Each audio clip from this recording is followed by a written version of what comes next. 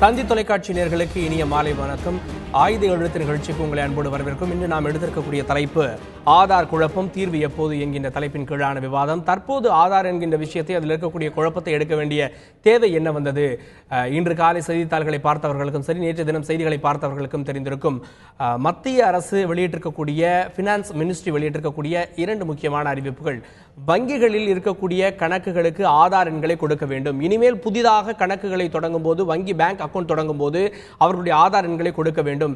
இதற்கு முன்பு கணக்கு வைத்திருப்பவர்கள் டிசம்பர் மாதம் வரை தங்களுடைய ஆதார் எண்களை கொடுக்க வேண்டும், அல்லது ஆதாருக்கு அப்ளை செய்த அந்த நகல்களை, சான்றிதழ்களை கொடுக்க வேண்டும் என்கின்ற ஒரு அறிவிப்பு. மற்றொன்று, 50,000 ரூபாய்க்கு மேல் பரிவர்த்தனை நடக்கும் போது ஆதார் எண் கட்டாயம் என்கின்ற அறிவிப்பு வந்திருக்கிறது. ஆதார் என்கிற விஷயத்தை பொறுத்தவரையில் கடந்த 4-5 ஆண்டுகளாகவே ஆதார் என்கிற வார்த்தை வருகின்ற போதெல்லாம் மக்களுக்கு ஒரு குழப்பமாக மீண்டும் ஆதார் சென்டர்களுக்கு ஓட வேண்டுமா, நிற்க வேண்டுமா என்கின்ற கேள்வி எழுந்திருக்கிறது. அதுவும் வங்கிகளுக்கு முன்பாக எனும்போது மக்களுக்கு பெரிய டிமானிட்டைசேஷனுக்கு பிறகாக மீண்டும் வங்கிகளுக்கு ஓட வேண்டுமா என்கின்ற ஒரு பெரிய குழப்பம் ஏற்பட்டிருக்கிறது. அதற்கெல்லாம் தீர்வு காணும் நிகழ்ச்சி தான் இது. இன்று நம்மிடையே 5 சிறப்பு விருந்தினர்கள் இணைகிறார்கள். முதலாவதாக பாரதிய ஜனதா கட்சியினுடைய செய்தி தொடர்பாளர் திரு குமரகுரு அவர்கள் இணைகிறார்.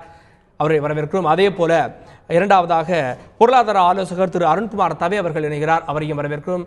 அதே போல மூன்றாவதாக காங்கிரஸ் கட்சியினுடைய செய்தி தொடர்பாளர் முன்னாள் சட்டமன்ற உறுப்பினர் திரு செல்வ பெருந்தகை அவர்கள் இணைகிறார். அவரையும் வரவேற்கிறோம். அதே போல நான்காவதாக வழக்கறிஞரும் சைபர் கிரைம் நிபுணருமான திரு பாலு அவர்கள் இணைகிறார். அவரையும் வரவேற்கிறோம். அதே போல சாமானியர் உங்களுடைய பிரதிநிதியாக இருக்கக்கூடிய திரு அருணாச்சலம் அவர்கள் நம்முடைய மதுரை அரங்கத்திலிருந்து இணைகிறார். அவரையும் வரவேற்கிறோம். என்னுடைய முதல் கேள்வி நான் திரு குமரகுரு அவர்கள் இருந்து ஆரம்பிக்கிறேன். ஆதாரை பொறுத்தவரையில் அது தொடர்பான வழக்குகள் இருக்கிறது. ஆதார் என்பது தனி மனித உரிமையை பாதிக்கிறதா, என்னுடைய பிரைவசியை பாதிக்கிறதா அப்படின்ற ஒரு வழக்கு, எல்லாத்திற்கும் மேலாக இருக்கக்கூடிய உச்ச வழக்கு உச்சநீதிமன்றத்துடைய அரசியல் சாசன அமர்வுல இருக்கிறது. அப்படி இருக்கப்போ அந்த தீர்ப்புக்கு கட்டுப்பட்டு தான் இப்போ வரக்கூடிய எல்லாமே. அப்படி இருக்கப்போ ஏன் வங்கிகளுடைய கணக்கில் இணைக்க வேண்டும் அப்படின்னு ஒரு அவசரம்? இல்லை, முதல் அந்த ஆதார் அட்டையை கட்டாயமாக்க வேண்டும் என்று சட்டம் அரசு சொல்லும் போது இந்த சுப்ரீம் கோர்ட்டில் வழக்கு தொடர்ந்தவங்க எல்லாமே இது ஃபண்டமெண்டல் ரைட்டை பாதிக்குது, அடிப்படை உரிமையை பாதிக்குது, பிரைவசியை பாதிக்குதுன்னு சொன்னாங்க 1901 கான்ஸ்டியூஷன் படி. அதுக்காக என்ன சொன்னாங்க, ஒரு அரசியல் சாசன பெஞ்ச் ஒன்று ஃபார்ம் பண்ணி அங்கே கேஸ் நடந்துட்டு இருக்குது. சுப்ரீம் கோர்ட் முதல்ல எடுத்தோன்னே என்ன நினைப்பாங்கன்னா, எல்லாரும் எந்த கோர்ட்டுமே நினைப்பாங்கன்னா, எடுத்தோன்னே 130 கோடி மக்கள் இருக்கிற நாட்டில் எதையாவது ஒரு தவறான ஒரு சட்டத்தை சரின்னு சொல்லிட்டா மக்கள் பாதிக்கப்படுவாங்களேன்ற பயத்தில் முதல்ல அதெல்லாம் கட்டாயம் ஆக்காதீங்க, இது ஒன்லி மேண்டேட்டரி கிடையாது, இது வாலண்டரின்னு சொல்லிட்டாங்க. அவங்க அதுக்கு அடுத்தது ஒவ்வொரு நிலையிலையும் பார்க்கும்போது பாஜக அரசு மத்திய அரசு எடுத்த முடிவுகளை பார்க்கும்போது இந்த அரசு சரியான ஒரு திட்டத்தில் போய்கிட்டு இருக்கு, கரெக்டாக போயிட்டு இருக்கு. அவங்க எதுக்காக இதை கொண்டு வராங்க, எந்த விதமான தவறான நோக்கமும் இல்லை, முழுக்க மக்களுக்கு சென்று அடையணும், திட்டம் அடையணும், ஊழல் ஒழியணுன்ற காரணமாக போகிறதுக்காக ஒரு ஸ்டெப் எடுக்கும் போதும் சுப்ரீம் கோர்ட் நாங்கள் அணுகிறோமோ இல்லையோ அதர் பார்ட்டி போய் அணுகிறாங்க. அவங்க பார்க்கும்போது இல்லை இது கரெக்டு தான்.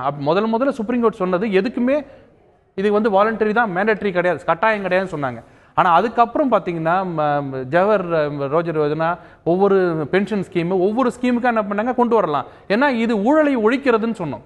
நாங்கள் வேலைவாய்ப்பு திட்டத்தில் நாங்கள் நேரடி டைரக்ட் பெனிஃபிட் டிரான்ஸ்ஃபர் நாங்கள் கொடுக்கும்போது அந்த ஒரு கணக்கு, ஒரு ஏக்கு உண்டான கணக்கு ஒரு கணக்கு தான் இருக்கணுன்றதை நாங்கள் தெளிவாக இருக்கிறோம். அந்த ஏக்கே 10 கணக்கு இருந்ததுன்னா அந்த 10 இடத்துல செக்கை போட்டுட்டு டிரான்ஸ்ஃபர் பண்ணிட்டு பணத்தை எடுக்கிறதுக்கு வாய்ப்பு இருக்குன்னு சொன்னாங்க. Okay, right. இது அதனுடைய நோக்கம். இந்த வழக்கு 2015ஆம் வருடம் தொடரப்பட்டது. இந்த வழக்கு அரசியல் சாசன அமர்வில் இருக்கிறது.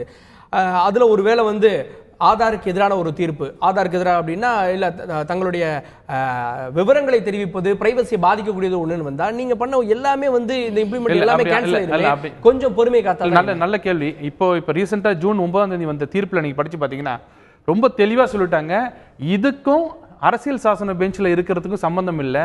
அரசியல் சாசன பெஞ்ச் என்ன சொல்றாங்க, எதை கேட்கறாங்கன்னா, whether Aadhaar will intrude into a private policy, அது ஒரு மனிதனோட தனிப்பட்ட பர்சனல் ஒரு விஷயத்துக்கு போவோமா போகாதா, அப்படி போனால் எடுக்க வேண்டிய நடவடிக்கை என்ன, அது 1901 கான்ஸ்டிடியூஷனுக்கு அகைன்ஸ்டா இருக்குமா இல்லையா, இதைத்தான் அங்க பேசுறாங்க தவிர ஆதார் அட்டை வேண்டுமா வேண்டாமா அப்படின்னு யாரும் பேசல. அதுதான் ஆதார் அட்டை வேண்டுமா வேண்டாமா அப்படின்ற அந்த வழக்கு இருக்கப்போ இடையில ஒவ்வொரு வழக்காக வருகிறது.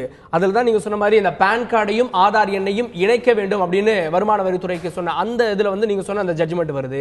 இப்ப எல்லாத்துக்கும் சேர்த்து மெயினா அந்த வழக்கு இருக்கு. அந்த வழக்கை விரைவுபடுத்துவது, அந்த வழக்குல டாக்குமெண்ட்ஸ் தாக்கல் பண்ணுவது, அதெல்லாம் முடிச்சிட்டோம் அப்படின்னா இன்னும் உங்களுக்கு சிம்பிளிஃபை ஆயிருமே. இல்ல இந்த கருத்து நமக்கு தெரியறதை விட நீதிபதிகளுக்கு கண்டிப்பா தெரியும். அவங்க என்ன சொல்றாங்கன்னா அரசியல் சாசன பெஞ்ச் கொஞ்சம் லேட் ஆகும். அது வரைக்கும் நீங்க டெய்லி ஊழல் நடந்துட்டு போதுங்க, பரவாயில்லைங்க, அட்ஜஸ்ட் பண்ணிக்கலாம்னு இருக்க முடியாது. டெய்லி நடக்கிற பிரச்சனையை நீங்க லிங்க் எல்லாம் பண்ணிக்கங்க எங்க பெர்மிஷனோட. கோர்ட் பெர்மிட் பண்ணுது, நாங்க எதுவும் டைரக்டா நாங்களே பண்றது இல்ல, எல்லாமே கோர்ட்டோட பெர்மிஷனோட நாங்க பண்ணிட்டு இருக்கோம். மெயினா இது என்னங்க, பேசிக்கா ஒன்னு புரிஞ்சுக்கங்க, இதுல எங்கேயுமே பொலிட்டிக்கல் அஜெண்டா கிடையாது. பிஜேபிக்கு வந்து ஆதார் அட்டையை இணைப்பதனால பிஜேபிக்கு ஒரு மிகப்பெரிய ஒரு சப்போர்ட் வரும் அப்படிலாம் இல்ல. மக்கள் நலனுக்காக இந்த அரசாங்கம் செய்யுது. இதை நீங்க நம்ம புரிஞ்சுக்கிறத விட பொலிட்டிக்கல் அஜெண்டா கிடையாது. ஆனால் அது சாமானியருக்கு சாதகமானதாக இருக்கிறதா, ரொம்ப அக்சஸபிளா இருக்கிறதா அப்படின்னு கேள்வி இருக்கு இல்லையா? அதுதான் புரியாத வரைக்கும் நம்மள மாதிரி ஊடகங்கள்லாம் வந்து புரிய வைக்க வேண்டிய நம்ம கடமை. மக்கள் எதையுமே நீங்க ஒரு ரூல் எதுவுமே கொடுத்தீங்க வச்சுங்களேன், நீங்க போய் நாளை காலை பேங்க்ல 10 மணி நிக்கணும்னாலே நம்ம ஊர்ல என்னன்னா இது என்ன சார் தலையெழுத்தா இருக்கு, இப்படிதான் நம்ம ஊர்ல பேசுவாங்க. ஆனா அவங்களை எஜுகேட் பண்ண வேண்டிய வேலை நமக்கு. என்ன சொல்றோம், இப்போ நீங்க ஒரு ஆதார் அட்டை, ஒரு பேன் கார்டு, ஒரு அக்கவுண்ட் இப்படி வச்சு பாருங்க எல்லாருக்குமே. இது எப்பவுமே ஒரு சின்ன விஷயங்க. 100 பேர்ல 4 பேர் தான் ஃப்ராட் பண்றாங்க நம்ம நாட்டுல. மிச்ச 96 பேரும் நிஜமா நாட்டுல கரெக்டா வாழணும்னு நினைக்கிறவங்க. ஆனா அவங்க எல்லாருக்குமே ஆப்பர்ச்சுனிட்டி நம்ம கொடுக்கறது இல்ல. 4 அக்கௌண்ட் ஓபன் பண்ணுங்க சார், 4 இடத்துல 4 அக்கௌண்ட் போடுங்க, எஃப்டி போடுங்க, நான் பாத்துக்கிறேன்னு சொல்லும் போது நானே தப்பு செய்ய தூண்டுறேன், என்னை தூண்டுறாங்க. நான் என்ன நினைக்கிறேன், சரி அங்க ஒரு அக்கௌண்ட் ஓபன் பண்ணிடலாம், அதுல ஒரு 50,000 போட்டுக்கலாம், அந்த பணத்தை இதுல போட்டுக்கலாம் அப்படின்னு சொல்லும் போது மக்கள் மனசு மாறதுக்கு வாய்ப்பு இருக்கு. இது எப்படின்னா ஒரு அக்கௌண்ட், ஒரு ஆதார், ஒரு பேன் கார்டு, நீங்க என்ன வருமானம் வந்தாலும் அதுல தான் நீங்க போடணும், அதுல தான் எடுக்கணும். அப்ப இன்கம் டாக்ஸ் லிங்க் ஆகுது. இது முதல்ல ரொம்ப கஷ்டமா இருக்கும், மக்கள் ஏத்துக்கிறதுக்கு சிரமமா இருக்கும். நானே எல்லாரும் சொல்றோம். ஆனா இதனோட பயனை பாத்தீங்கன்னா 2-3 வருஷம் பொறுத்து வெளிப்படையான பொருளாதார தன்மை, ஊழல் மிகப்பெரிய அளவில் கட்டமைக்கும் அப்படின்றத நான் புரிஞ்சுக்கிறேன். திரு செல்வ பெருந்தகை, காங்கிரஸ் ஆட்சியில தான் இந்த திட்டம் கொண்டு வரப்பட்டது. அதற்கப்புறமா பல எதிர்ப்புகள் வேண்டுமா வேண்டாமான்ற குழப்பதற்கு அப்புறம் இன்னைக்கு பிஜேபி அரசு வெற்றிகரமாக இந்த திட்டத்தை கொண்டு வந்து கொண்டிருக்கிறார்கள். நீங்க கொண்டு வந்ததுக்கும் இப்போ இவங்க வந்து அடிக்கடி ஆதார், இன்னைக்கு திருப்பதியில் லட்டு வாங்கணும் அப்படின்னா கூட ஆதார் கட்டாயம் அப்படின்றாங்க. திருப்பதிக்கு போறப்ப ஆதார் அட்டை எடுத்துட்டு போக முடியுமா அப்படின்றது எனக்கு தெரியல. ஸோ அப்படி இருக்கப்போ நீங்க கொண்டு வந்த அந்த திட்டத்திற்கும் இன்னைக்கு இருக்கக்கூடிய பிஜேபி அரசு செயல்படுத்திருக்கிறதுக்கும் என்ன வித்தியாசங்களை பாக்குறீங்க? இல்லை, வெற்றிகரமாக செயல்படுத்தி கொண்டிருக்காங்கன்னா முதல்ல அது தவறு. இவங்களால வந்து அதை செயல்படுத்த முடியல. சரியான பாதையில வந்து இவங்க செல்லல. நீங்க தொடங்குனீங்க 2013 பெருவாரியான கேம்ப் போட்டது பிஜேபி. 2013 நாங்க தான் ஆதார் அட்டை வேணும்னு கொண்டு வந்தோம். அப்ப இன்றைக்கு இருக்கிற நிதித்துறை அமைச்சர் அருண்ஜேட்லி அவர்கள் ராஜ்யசபால இந்த ஆதார் அட்டையை நாட்டுக்கு ஆபத்தானதுன்னாரு. பிஜேபி கடுமையாக எதிர்த்தாங்க. குறிப்பா அவர் சொல்லும் போது என்ன சொன்னார்னா, அசாம்ல வந்து பங்களாதேஷை சார்ந்தவர்கள் பல லட்சம் பேர் வசிக்கிறாங்க, அவங்க எல்லாம் வந்து தீவிரவாதிகளும் அதில் இருக்காங்க, நீங்க அவர்களை எல்லாம் இந்திய குடிமகன் ஆக்க போறீங்கன்னு பாரதிய ஜனதா கட்சி கடுமையாக எதிர்த்தாங்க. ஆனா இது வேணும், இது வந்து ராஜீவ்காந்தியுடைய கனவு திட்டம், டெக்னாலஜி டெவலப்மெண்ட்ல இது வரணும். அப்போ அவங்க என்ன சொன்னாங்கன்னா, ₹1 ஒரு நாட்டு குடிமகனுக்கு போய் சேர்கிறது என்றால் அரசு பணம், அதில் 15 பைசா தான் சேருது, 85 பைசா லீக்கேஜ் எங்கேயோ வெளியில போயிடுது. அதை சரிப்படுத்தணும் தான் இந்த ஆதார் அட்டையை கொண்டு வரதுக்கான முதல் நோக்கம். ஆனா ஒரு குழந்தை பக்கத்துல நாகம் இருக்குன்னா நாகத்தை மட்டும் தான் பாம்பு அடிக்கணும், குழந்தைய சேர்த்து அடிக்க கூடாது.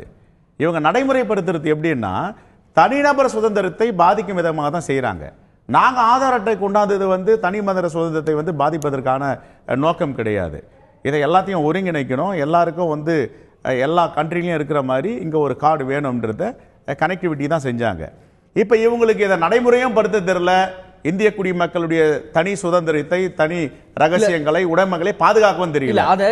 நான் சொல்றேன், இப்ப தோனி என்ற ஒரு கிரிக்கெட் பிளேயரை பத்தி பத்திரிகையில படிச்சிருப்பீங்க. அவர் புலம்புறாரு, என்னுடைய ரகசியங்கள்லாம் எப்படி வந்து வெளியில வருது, அவர் ஆதார் அட்டை இவங்க சொன்ன மாதிரிலாம் நினைச்சிட்டாரு. இப்ப தனி மனித சுதந்திரம் பாதிக்க கூடாது. அதனால என்னென்ன தீமைகள், இப்ப நாட்டில் பாத்தீங்கன்னா கிட்னாப் பண்றாங்க. எப்படி கிட்னாப் பண்றான், இவன் ஒரு தொழிலதிபர், இவங்கிட்ட பணம் இருக்கும், இவன் வைர வியாபாரி, இவன் துணி வியாபாரி, இவனை கடத்தினா பணம் கிடைக்கின்றான். இப்ப இவங்க இதெல்லாம் ஓப்பன் டாக்குமெண்ட் ஆக்க போறாங்க. இதை நாட்டு மக்களுக்கு பாதுகாப்பு இல்லாத நிலையை உருவாக்க போறாங்க. திட்டம் நல்ல திட்டம், நடைமுறைப்படுத்துவதற்கு அவர்கிட்ட என்ன சாத்தியம் இருக்குது என்பதை தான் நம்ம ஆராயணும். ஓகே, நடைமுறைப்படுத்துவதில் நிறைய சிக்கல்கள் இருக்குன்றீங்க. பொருளாதார ஆலோசகர் திரு அருண்குமார் தபே, ஆதார் எண்களை வங்கி கணக்குகளில் இணைக்கணும், அது கட்டாயம், அப்படி இல்லைன்னா இந்த கணக்கு வந்து ஃப்ரீஸ் பண்ணுவோம் அல்லது முடக்குவோம் அப்படின்ற மாதிரியான ஒரு அறிவிப்பு வந்த உடனே திரும்பவும் நம்ம பேங்க் வாசலுக்கு போய் நிற்கணுமா அப்படின்னு ஒரு கேள்வி வருது. ஏறக்குறைய இன்னைக்கு எல்லாருக்குமே ஏதோ ஒரு பேங்க்ல ஒரு அக்கௌண்ட் இருக்கும், ஒரு சிலருக்கு 4 அக்கௌண்ட் இருக்கும், 5 அக்கௌண்ட் இருக்கும். ஸோ இதை இணைக்கக்கூடிய இந்த ஃபார்முலா எப்படி நடக்க போகுது? இது வந்து சாமானியர்களுக்கு பொதுமக்களுக்கு ஒரு இடைஞ்சல் தர வகையில் டெய்லி காலைல போய் நின்று கொஞ்சம் கொஞ்சமாக இணைக்கிற மாதிரி, அந்த டிமானிட்டைசேஷன் டயத்தில் போய் நின்ன மாதிரி அந்த மாதிரியான ஒரு சூழலாக இருக்க போதா? எப்படி இருக்கும் அது? இல்லை, நீங்கள் ஒரு 4-5 தடவை இந்த வேர்டு வந்து சொன்னீங்க, குழப்பம். இதில் என்ன குழப்பம்லாம் வருதுன்னு எனக்கு தெரியல. ஏன்னா 2015 இந்த பேங்க்கோட லிங்க் பண்ணுங்கன்னு சொல்லி இன்ஸ்ட்ரக்ஷன்லாம் இஷ்யூடு. இப்போ டெட்லைனை பற்றி மட்டும்தான் இப்போ கவர்மெண்ட் சொல்லியிருக்கு, டிசம்பர்னு சொல்லி. அதுவும் புதுசாக ஓப்பன் பண்ணுறதுக்கு ஓப்பன் பண்ணும்போதே வேணும் மேண்டேட்ரியாக.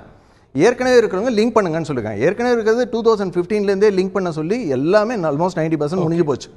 130 கோடி பாப்புலேஷன் நம்மதில், அதில் 110 கோடி பேருக்கு மேலே ஆதார் கார்டு கொடுத்தாச்சு. Which means 89% people population of India already have.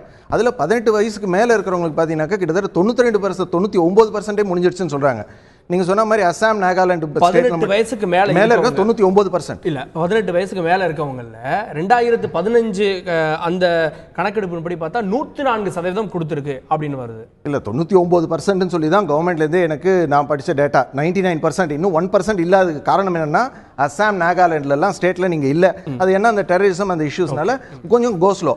இன்னொன்னு, நம்மளுடைய 1200 ஸ்கீம்ஸ் இருக்கு கவர்மெண்ட்ல.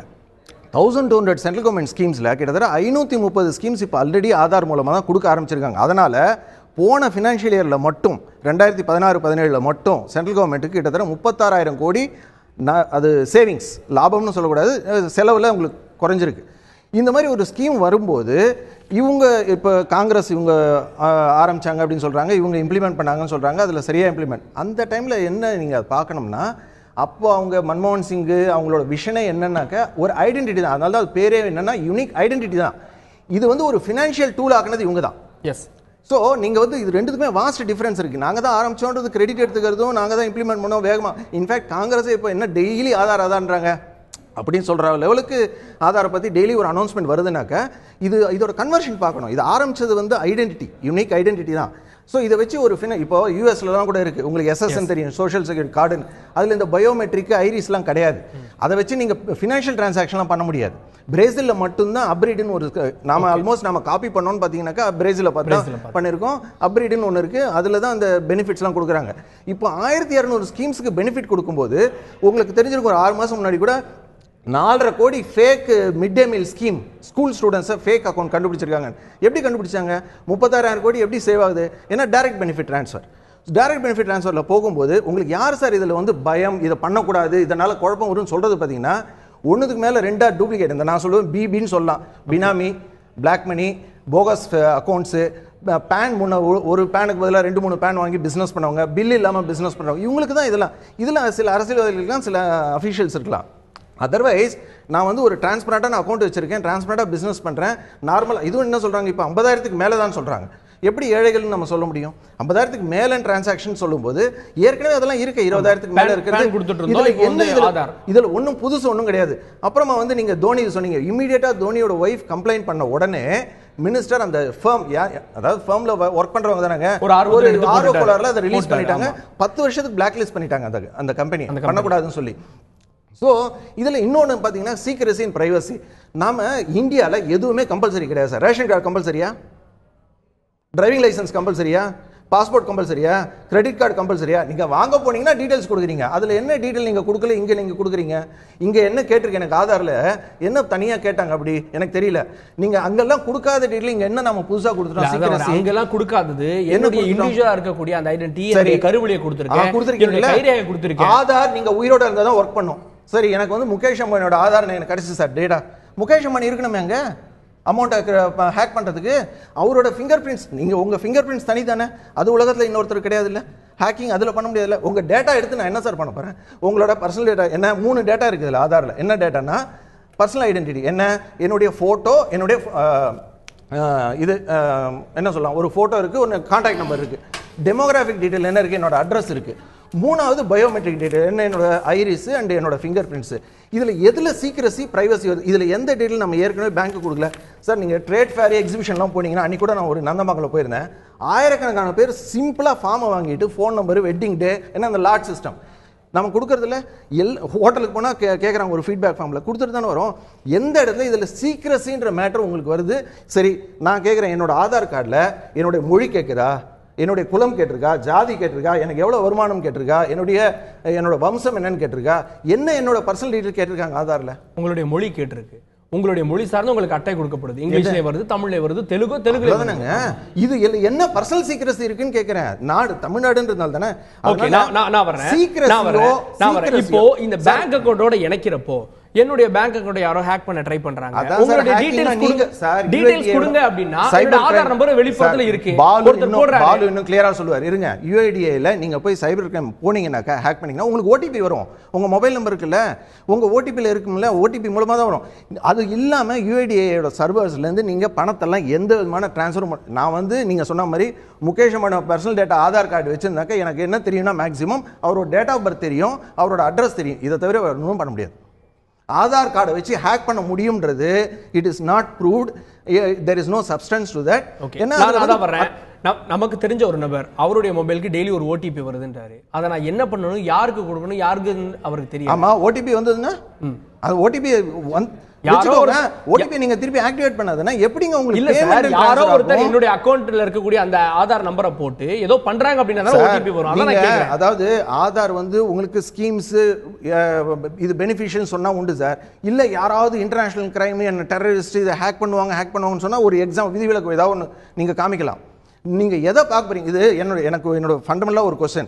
ஆதார் என்றது கவர்மெண்ட்டுக்கு பெனிஃபிட் கொடுக்குற ஸ்கீமா, பப்ளிக்கு பெனிஃபிட் கொடுக்குற ஸ்கீமா? இதுக்கு ஆன்சர் சொல்லுங்க. கவர்மெண்ட்டுக்கு உண்டான ஸ்கீம்னா நீங்க குறை கண்டுபிடிக்கலாம் சார், இது நம்மளோட ஸ்கீம். இந்த மாதிரி ஸ்கீம் வேர்ல்ட் பேங்கோட பால் ரோமர் சொல்றாரு, சீஃப் எக்கானமிஸ்ட், இந்த மாதிரி ஒரு ஸ்கீம் வேர்ல்ட்ல ஏன் யூனிஃபார்மா கொண்டு வரக்கூடாதுன்னு கேட்கிறாரு. இது ரஷ்யால இப்போ they've shown interest, Morocco, Algeria நான் எங்களுக்கும் இதெல்லாம் வேணும், ஏன்னா எங்களுக்கும் இதே ஃபார்மர்ஸ் கிரைசிஸ்லாம் இருக்கு சார். இப்போ இந்த 36,000 கோடி லாபம் நாளைக்கு இன்னும் நிறைய அதிகமாகும் சார். ஏன்னா இது வரைக்கும் ஃபேக் அக்கௌண்ட்ஸ் 4-5 பெனிஃபிஷியலாம் வாங்கிட்டு இருந்தாங்களா, அவங்களாம் வாங்க முடியாது. அவங்க கம்ப்ளைண்ட் பண்ணுவாங்க, நிச்சயமா கம்ப்ளைண்ட் பண்ணுவாங்க. 3 பேன் கார்டு வச்சுக்கிட்டு பிசினஸ் பண்றாங்களா, அவங்க கம்ப்ளைண்ட் பண்ணுவாங்க. பினாமி டிரான்சாக்ஷன் பண்ண முடியல, அவங்க கம்ப்ளைண்ட் பண்ணுவாங்க. நிச்சயமா இதெல்லாம் பிளாக் மணி வச்சுட்டு என்ன பண்றது? இனிமேல் கேஷ்ல நீங்க டிரான்சாக்ட் பண்ண முடியாது. இது நான் என்ன சொல்றேன், ஃபியூச்சர்ல in fact Aadhaar must be single card. இதுல நீங்க பேன் வரணும், ஓட்டர் ஐடி வரணும் சார், கள்ள ஓட்டு வராது நாளைக்கு. ஸோ ஓட்டர் ஐடி இன்க்ளூட் ஆகணும், டிரைவிங் லைசன்ஸ் இன்க்ளூட் ஆகணும். அதனால தான் சொல்றேன் ஆதார் கம்பல்சரி கிடையாது. நீங்க சில ஸ்கீம்ஸ்க்கு போகணும்னா உங்களுக்கு கம்பல்சரி. ரேஷன் கார்டு கம்பல்சரி கிடையாது, driving licence compulsory, passport compulsory கிடையாது. நீங்க போகணும்னா நீங்க அரசுடைய அடையாள அட்டைகள்லாம் நீங்க சொல்ற மாதிரி கம்பல்சரி கிடையாது. ஆனா சில அட்டைகள் நம்ம இங்க இந்திய திருநாட்டில் இருக்கோம் அப்படின்னா அது கௌரவமாக மாறிவிட்டது, வாங்கி ஆகணும். அது ரேஷன் கார்டு இல்லைன்னா இது ஒரு குடும்பம் சொல்றேன். குறைஞ்சபட்ச வெள்ளை அட்டையாவது வாங்குறாங்க, எந்த பொருள் தேவையில்லைனாலும். சரி, ஓகே, நம்ம தொடர்ந்து பேசலாம். திரு பாலு, ஒரு யூனிக்னஸ் கொண்டு வரணும்.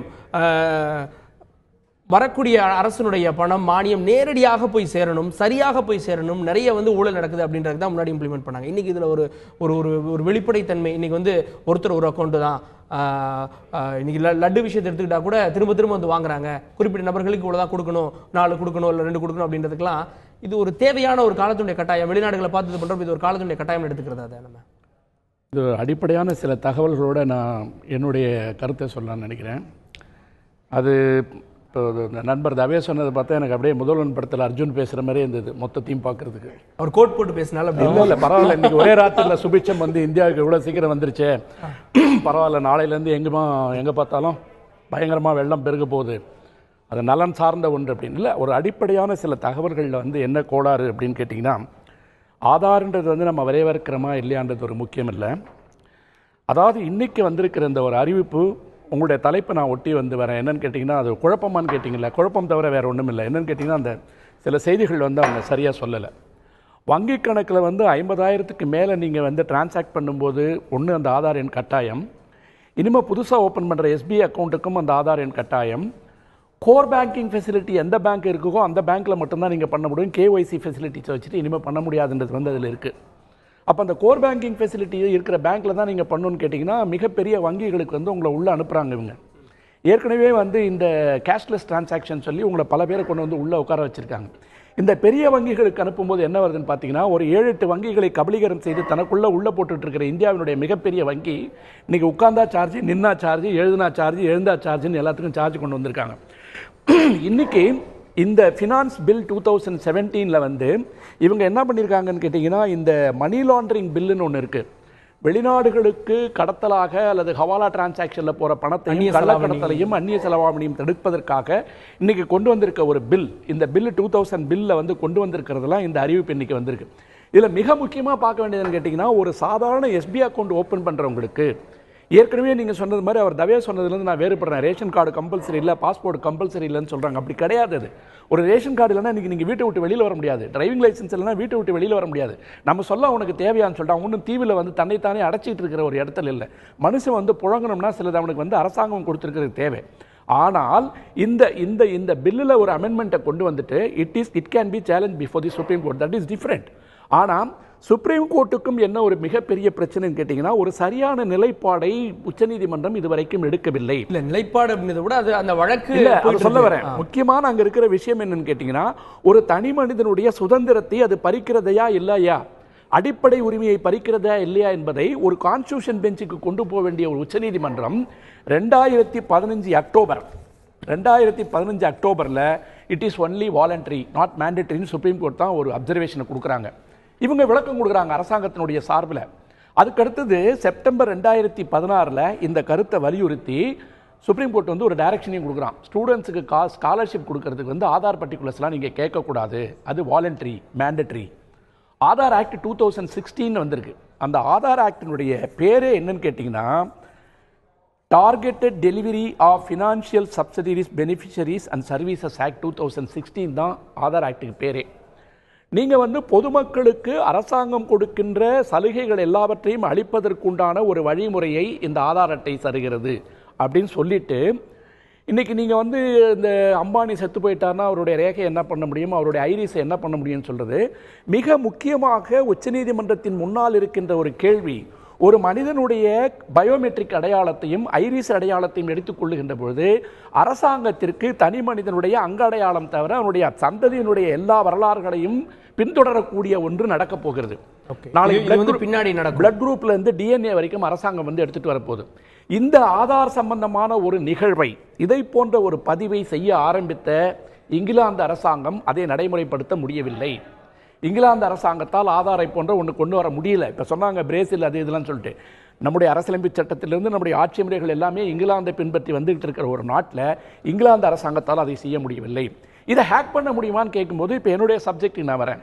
ஹேக் பண்ண முடியுமான்னு கேட்டால், நீங்கள் அரசாங்கத்துக்கு வந்து எல்லா விதமான வசதியும் வைத்துக் கொண்டிருக்கின்ற ஒரு அரசாங்கம் ஒரு தனியார் ஏஜென்சி மூலமாக தான் இந்த ஆதார் கார்டை வந்து நீங்கள் கம்ப்ளீட்டாக டிஸ்ட்ரிபியூட் பண்ணியிருக்கீங்க.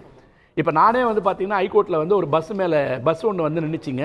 அது உள்ளார போய் டேட்டா என்ட்ரிஸ் எல்லாம் போட்டு ஆதார் கார்டு வாங்கினேன். இவர்களிடம் கொடுக்கப்பட்டிருக்கின்ற இந்த ஆதாரங்கள், இப்போ ஜியோ கார்டை பற்றி நீங்கள் பேசுனீங்க.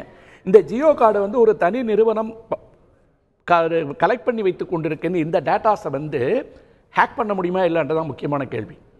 அதாவது ஒரு தனியார் நிறுவனத்திடம் மொத்தமாக ஆதார் டீட்டெயில்ஸ் வந்து இன்னைக்கு இருக்கு. அந்த நிறுவனத்தில் வேலை செய்கின்ற ஒருவரோ, இன்னும் நான் சொல்லணும்னு கேட்டிங்கன்னா, அந்த தனிப்பட்ட நிறுவனம் இருக்கு இல்லையா, ரிலையன்ஸ் நிறுவனம் தான் ஜியோ நடத்துது. அந்த ஜியோவுக்கு கொடுத்திருக்கிற எல்லா ஆதாருக்கு முன்னாடி நீங்க வந்து பார்த்தீங்கன்னா, விதேஷ் சஞ்சார் நிகாம் லிமிடெட் அப்படின்ற ஒரு நிறுவனத்துக்கு உள்ளிருந்து போகின்ற ஒவ்வொரு காலுக்கும் வெளியிலிருந்து வர ஒவ்வொரு காலுக்கும் 5 நிமிஷத்துக்கு 10 காசோ 5 காசோ கட்டணும்னு சொல்லிட்டு ஒரு ரூல் இருக்கு.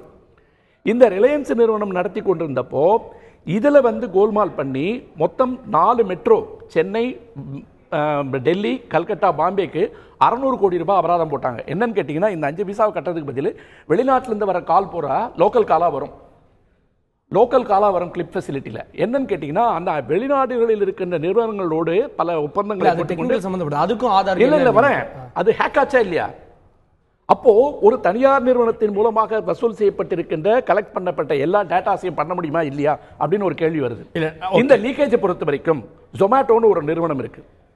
ஜொமேட்டோ வந்து எல்லா பர்டிகுலர்ஸையும் இமெயில்ல இருந்து தனியார் நிறுவனத்துக்கு வர்றேன். வங்கியில என்னுடைய ஆதார் டீடைல் கொடுக்குறேன். இன்னைக்கு வந்து ஏதோ வைரஸ் வருது. சோ இதுக்கு அப்புறமா வந்து இதன் மூலமா வங்கியோட டீடைல் ஹேக் பண்ண வந்து ரொம்ப சிம்பிள்ங்க. தனியார் நிறுவனங்களை வைத்து அரசாங்கத்திற்கு உண்டான எதை நீங்கள் செய்தீர்கள் என்று சொன்னாலும், அந்த தனியார் நிறுவனத்தில் வேலை செய்கின்ற ஒருவனோ அல்லது தனியார் நிறுவனத்தினுடைய மாஸ்டர் கம்ப்யூட்டருடைய சர்வரை உடைக்க தகுதி படைத்த ஒரு ஹேக்கரோ, அல்லது இதை உடைத்து காட்டுகிறேன்னு சொல்ற ஒரு எத்திக்கல் ஹேக்கரோ, அல்லது ஒரு ஃபாரின் ஏஜென்சியோ, இப்ப ஸ்டக்ஸ்நெட்னு சொல்லிட்டு ஒரு வைரஸ் வந்துச்சு. அந்த வைரஸ் வந்து ஈரான் மட்டும் எப்படி போய் அடிச்சது? சீமென்ஸ் என்ற இன்ஸ்ட்ருமெண்ட்டுக்கு மட்டுமே உருவாக்கப்பட்ட வைரஸ் அது. Is it possible R not? இன்னைக்கு சைபர் செக்யூரிட்டி பற்றி பேசும்போது இந்த அரசாங்கத்துக்கு தெளிவு கிடையாது. ஒன்றுமே இல்லைங்க. ஆதார் பற்றி ஒரே ஒரு கருத்து. ஏப்ரல் 8, 2014 இந்த ஆதாரை பற்றி பேசுவதற்கு யஷ்வந்த் சின்ஹா தலைமையில் தான் ஒரு டீமே வேலை செஞ்சது, பிஜேபி தலைவரில். அந்த நேரத்தில் காங்கிரஸ் அரசாங்கம் கொண்டு வந்த இந்த ஆதார் கார்டு என்பது ஒரு மிகப்பெரிய மோசடி என்பதை பதிவு செய்து ஏப்ரல் 8, 2014 அன்னைக்கு ஒருத்தர் சொல்லியிருக்காரு, on Aadhaar neither the team that I மெட் nor PM could answer my questions on security threat it can pose. There is no vision, it is only political gimmick அப்படின்னு ஒருத்தர் ட்விட்டரில் போட்டிருக்காரு. ஏப்ரல் 2, 2014. யாருன்னு கேட்டிங்கன்னா மாண்புமிகு பிரதமர் நரேந்திர மோடியினுடைய ட்வீட் இது. 2014 இப்படி சொல்லப்பட்ட ஒரு கருத்தை 2017 நீங்கள் வந்து ஆதாரில் எந்த சீக்கிரட்டும் இல்லைன்னு சொல்லி முக்குல் ரோத்தோகையை வைத்து வழக்கு நடத்தி கொண்டிருக்கின்ற ஒன்று, இந்த நாட்டு மக்களுக்கு இது பாதுகாப்பு சம்பந்தமாக நோ பிரீச் என்பதை இந்த அரசாங்கம் சொல்லியிருக்கிறதா என்பது மிகப்பெரிய கேள்வி. அல்லது டெக்னிக்கலா இதை எங்களால் தடுக்க முடியும் என்பதற்கு ஒரு சாமானியனுக்கு நீங்கள் எதை சொல்லிக் கொடுத்தீங்க? டெக்னிக்கலாக தடுக்க முடியுமா அப்படின்னு நீங்க சாமானியனுக்கு என்ன சொல்லியிருக்கிறீர்கள் அப்படின்ற ஒரு கேள்வியை திரு பாலு அவர்கள் எழுப்பியிருக்கிறார்.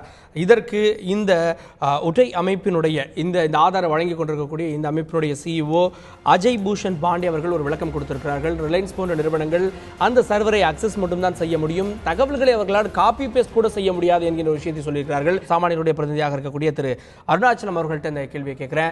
இப்போதைக்கு வங்கிகளோடு இதை இணைக்க வேண்டும் ஆதார் எண் அப்படின்றது உங்களுக்கு ஏற்கனவே இந்த KYC படி ஏற்கனவே பேன் கார்டு கொடுத்துருப்பீங்க. ஸோ அதில் ஒன்றா நீங்கள் பார்க்குறீங்களா? இல்லை இன்னும் ஆதார் இன்னும் பலருக்கும் வரல, அது போய் இணைக்கிறது ஒரு சிரமமாக இருக்கும்னு பார்க்குறீங்களா?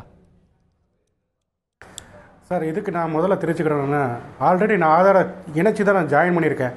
நேற்று எனக்கு ஒரு கால் கிடைச்சிச்சு, நீங்கள் உங்களோட ஆதாரை திருப்பி வந்து சேருங்க. இப்போ எனக்கு 2 ஆதார் இருக்கா? நேற்று கால் பண்ணவர் எந்த வங்கியில் நீங்க சொல்றக்கூடிய அந்த பர்டிகுலர் உங்களுடைய அக்கௌண்ட் இருக்கக்கூடிய வங்கியில இருந்து கால் பண்ணவரா? ஆமாம், நான் ஒரு 5 வருஷமா அதை ஆப்ரேட் பண்ணிட்டு இருக்கேன். ஓகே இடையில கேட்டாங்க, நான் கொண்டு அட்டாச் பண்ணிட்டு வந்தேன். அதுக்கப்புறம் நேற்று எனக்கு அப்டேட் கிடைச்சிது, உங்களோட ஆதாரை கொண்டு வந்து கொடுங்க. நீங்க சொன்னீங்களா ஆல்ரெடி இணைச்சிருக்கேன்னு சொன்னீங்களா? சொல்லியாச்சு.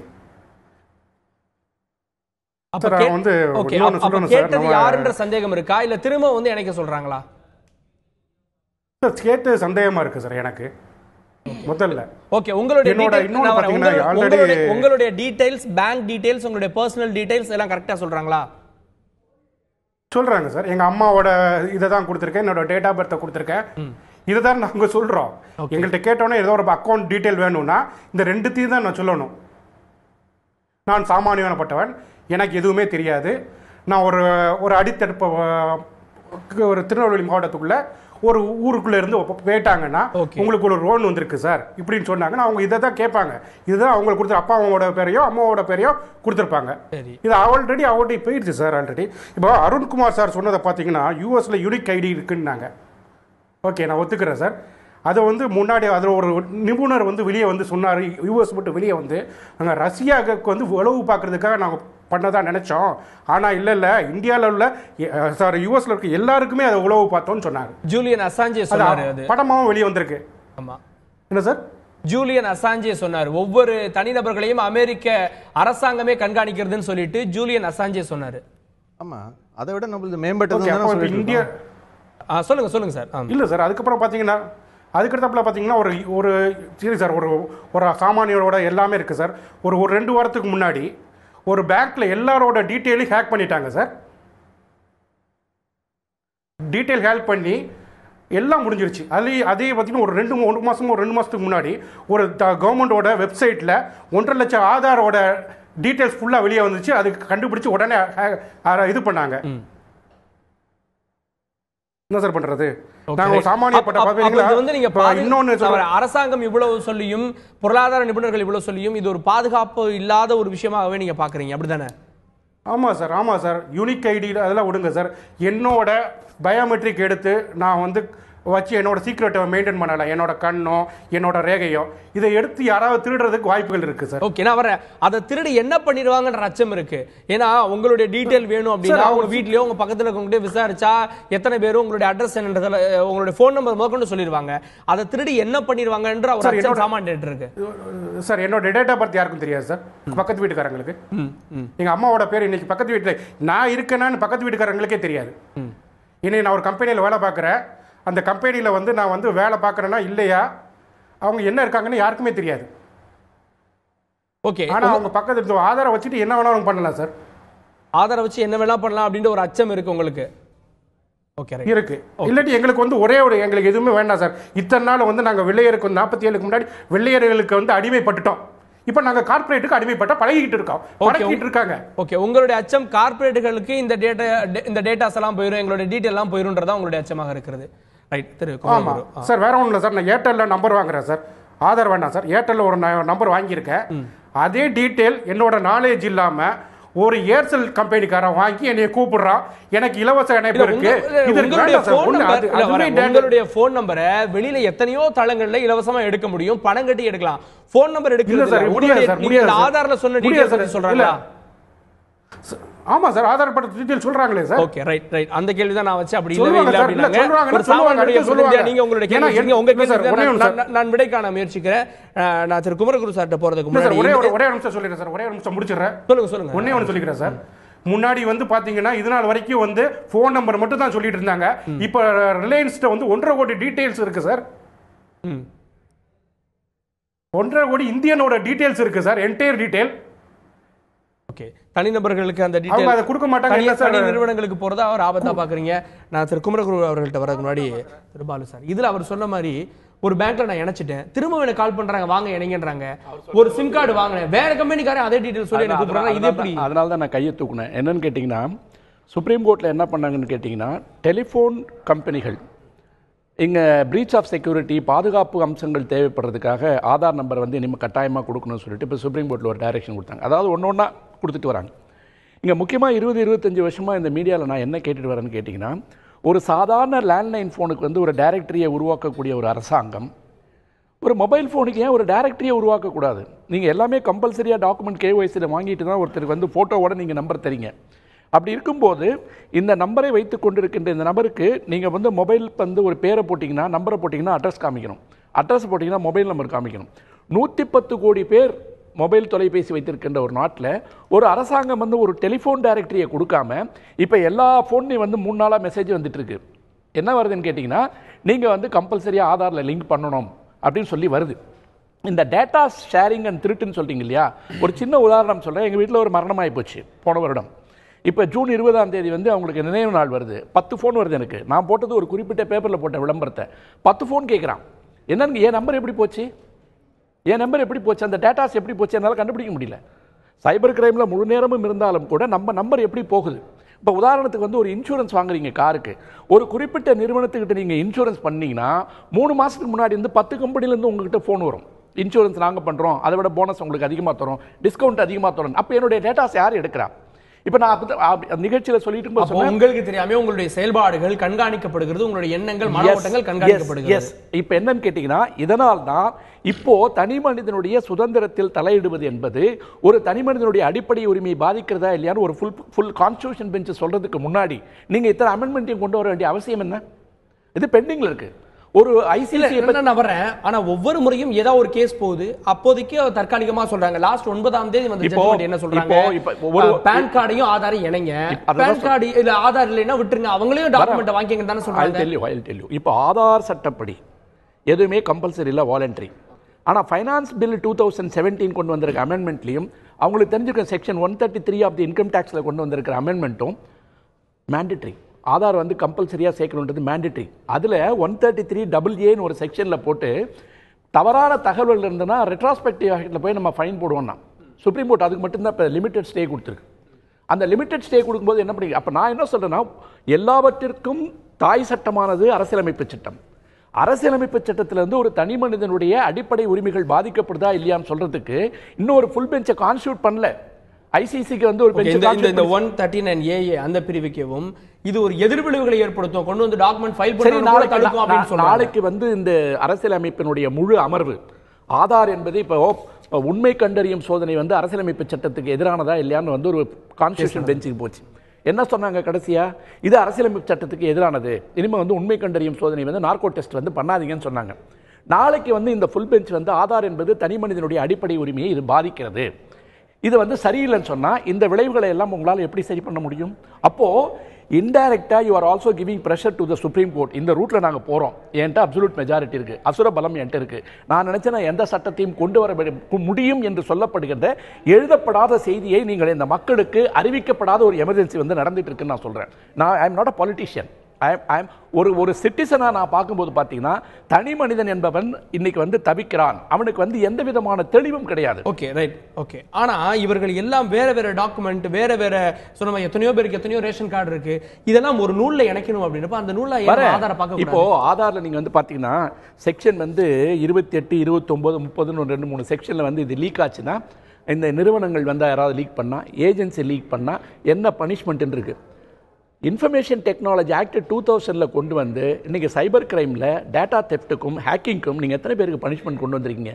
ஏன்னு கேட்டிங்கன்னா சர்வர் ஒரு இடம், அக்யூஸ்ட் ஒரு இடம், ஜூரிஸ்டிக்ஷன் ஒரு இடம், இன்வெஸ்டிகேட் பண்ண முடியல. ஓகே, ஐபி அட்ரஸ் கண்டுபிடிச்சாலும் ஆளை அதுக்கு அடுத்தது நம்ம தொடர்ந்து பேசலாம் சார். திரு குமரகுரு சார், என்னுடைய டேட்டாஸ் வந்து கவர்மெண்ட்டாக தான் இருக்குது, நான் அதனால் வெரிஃபை பண்ண முடியுது அப்படின்னு சொல்லிட்டு இந்த யுடை அமைப்பினுடைய சிஇஓ சொல்கிறாரு. அஜய் பூஷன் பாண்டே சொல்கிறாரு, ரிலையன்ஸ் நிறுவனங்கள் எங்களுடைய சர்வர் அக்சஸ் பண்ண முடியும், செக் பண்ணிக்க முடியும், அதை அவங்களால காப்பி பேஸ்ட் பண்ண முடியாது, இதை வந்து ஹேக் பண்ண முடியாது அப்படின்னு சொல்கிறாங்க.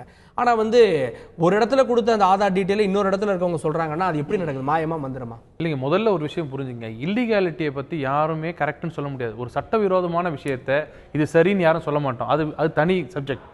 இது மாதிரி ஒரு விஷயம் கொண்டு வந்தால் என்னென்ன நன்மைகள் மக்களுக்கு கிடைக்கும், என்னென்ன லாபங்கள் அரசாங்கத்துக்கு கிடைக்கும், ஊழல் ஒழியும், இந்த கருப்பு பணம் ஒழியும், இதையெல்லாம் மொத்தமாக பார்த்துட்டு அதில் இருக்க சில குறைகளை பார்க்கணும். இது இந்த ஸ்கீம்னு இல்லை, நீங்கள் எந்த ஸ்கீம் சார் சொன்ன மாதிரி லைசன்ஸ் கொண்டு வாங்க, பாஸ்போர்ட் கொண்டு வாங்க, எல்லாத்துலேயுமே குறைகள் கண்டுபிடிச்சி இல்லீகலாக பண்ணுறவங்களை யாராலையும் தடுக்க முடியாது, சட்டம் தான் தடுக்கணும்.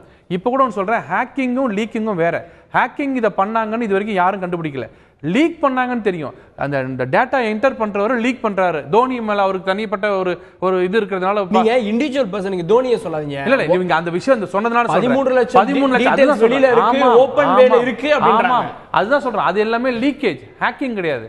இப்போ நீங்க லீக்கேஜுக்கும் ஹேக்கிங்கும் வித்தியாசம் தெரிஞ்சுட்டு இதை நீங்க இப்படியே போனீங்க வச்சுங்களேன், சப்போஸ் நாளைக்கு இப்போ வளர்ந்து வர சூழ்நிலையில ஃபேஸ்புக், ட்விட்டர் எல்லாம் இருக்கு, நீங்க எல்லாத்துலயுமே வந்து என் பேரை கொடுக்க மாட்டேன், என் வீட்டு என் அட்ரஸ் கொடுக்க மாட்டேன், என் ஃபோன் நம்பர் கொடுக்க மாட்டேன், இப்படி சொல்லிட்டே போனீங்க வச்சுங்க. நான் கொடுப்பேங்க, நான் கொடுக்க வேண்டிய இடத்துல கொடுப்பேன். இல்ல இல்ல, உங்ககிட்ட கொடுக்கிறது உங்களுக்கு எனக்கு அந்த டீலிங் இல்ல இல்ல. நான் அரசாங்கத்துல நம்பி கொடுக்கிறேன், அது ஏன் இல்ல ஒரு நிமிஷம். எனக்கு ஒரு அக்கவுண்ட் இருக்கணுங்க, எஸ்பி அக்கவுண்ட் ஒன்னு இருக்கும், நான் 4 கூட வச்சுக்கலாம். ஆனா 4த்தையும் நான் கணக்கு காமிக்கணும் ஐடில.